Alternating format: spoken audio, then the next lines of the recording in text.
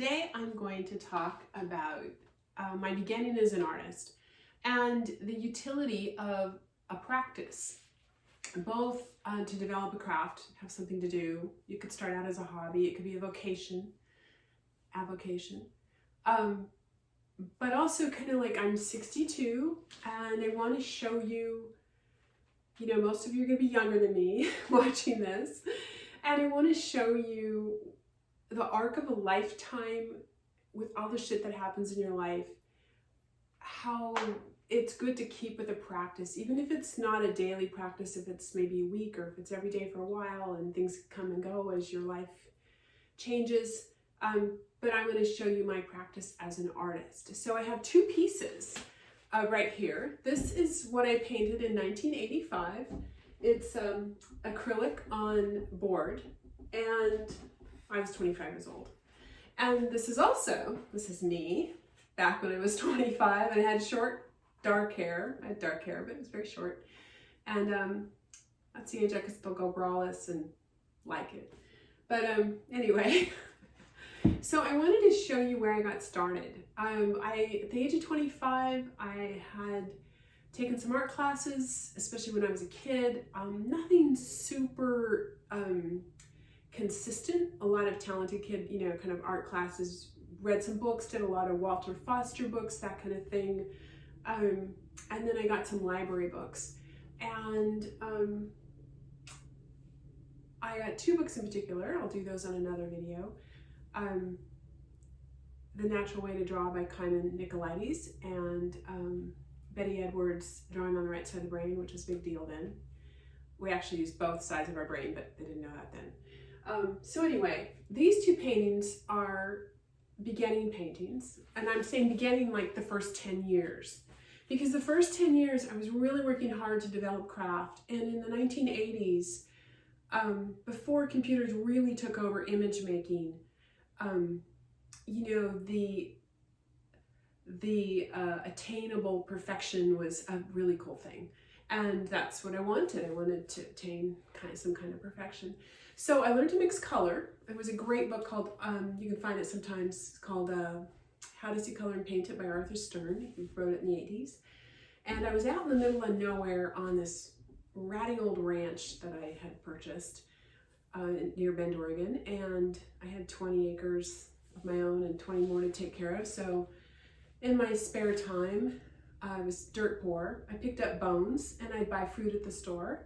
And I set up some color things in my house and I would paint. So this is one of those paintings, and it's an antler, and it probably took me a month to paint this at the time. Very detailed, all done with little spots of color the way a pointillist would have painted. Very inspired by that kind of Seurat pointillism mixed with impressionism, a very retinal kind of work, retinal like the eye.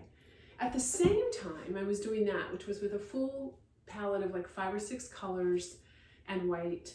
I also was painting this as an exercise in, I'm trying to get the glare off it, as an exercise in painting with a very limited palette of Cad Red Light, which is basically a red orange on the color wheel, burnt umber, black, and white. And that's how I got all these weird greens. It mattered which black. I think I used lamp black because it was a very warm black. This is acrylic on canvas, and this took me months because it was still has some of my deceased dog's hair in it. It was on the ground, it's propped up with a mirror, and I was kind of painting it whenever. I would just stare at myself for hours. And anyway, so one of the things I want to say about the artist life and the artist practice, and for any of you that are looking for this or doing this as something that you like, one of my teachers at the time said one thing. He was about 20 years older than me, and I said, what was one of your favorite things about art? And he was in his 40s, which seemed so old to me at the time, and he said, well, no matter what happens in my life, I always have a friend. And it didn't mean much to me then, but it means a lot now. And it's true. You basically become your own friend through your practice. And And you also, if you stick with it, you will develop some kind of inner awareness. Can't say I had that much at the point. Grew up with a lot of personal strife, family strife, and then stepped from family strife into marital strife, and you know, the usual progression that happens with certain kinds of child abuse. But all of that aside, art kind of saved me. So I just thought I'd talk to you about these paintings and give you some encouragement that, and it's a funny thing too, when I look back at these paintings, and boy has my work changed since then in so many ways. You could look at my website, ChristinaAcosta.com, and you'd see many different Christinas. But in 40 years, a lot happens, and a lot happened in my life. And so I was trying different things, learning different things, having a different life.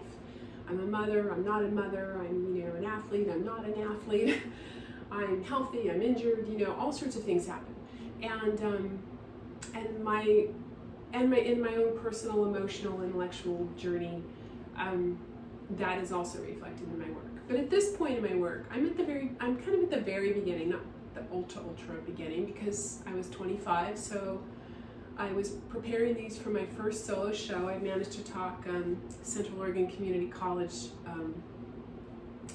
the head of the art department at the time, to manage to talk him into a solo show, God knows how. But I did, and so I was preparing a bunch of these paintings, and that's why I still have it, because nothing's sold. but I went on to do other things, and I stayed with realism for about 10 strong years. And the reason was I could get a good job, and especially as a woman in the 80s, it was really hard to find parity in pay. And that still exists, but it was really hard then. And I could become a journeyman sign painter, and to become a really good lettering artist and mural artist was my strength. I was really good at imagery, and I was becoming very good at lettering. Lettering, I never did get pinstriping down, but you know, but it did take about 10 years. So in the process of wanting to do that professional goal, I wanted to learn a lot about color and drawing, because at that time period, you projected your 12-foot by 24-foot boards with 12 feet at a time, but you had to correct by hand because the opaque projectors distorted so much. So so I wanted to learn those hard skills, and they're not skills that are really very honored right now in culture. It doesn't matter. It's kind of like any kind of practice, like yoga or meditation or dedication to a sport or a musical instrument. That's what it's like. But I did want you to see that there are different selves, and that we can be, especially look at the time that has passed between these two selves. Wow, hard to believe. It seemed like it went fast. And then judging my work as well. I can't say I have confidence to always like what I do or not like what I do, or even see what I do very clearly for a long time.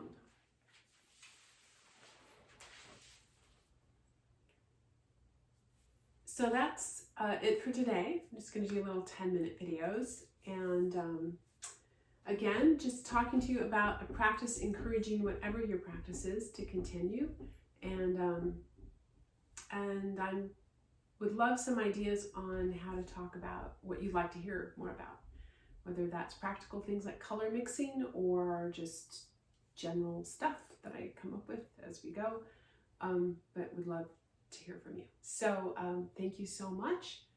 Again, if you want to see the various types of drawings, you can go to ChristinaAcosta.com. I'm very, very slowly building a blog on there, basically rebuilding a blog from old blogs a long time ago that just have some of the history, because I did a lot of different things. Anyway, I hope you have a beautiful day, and happy creating. Bye.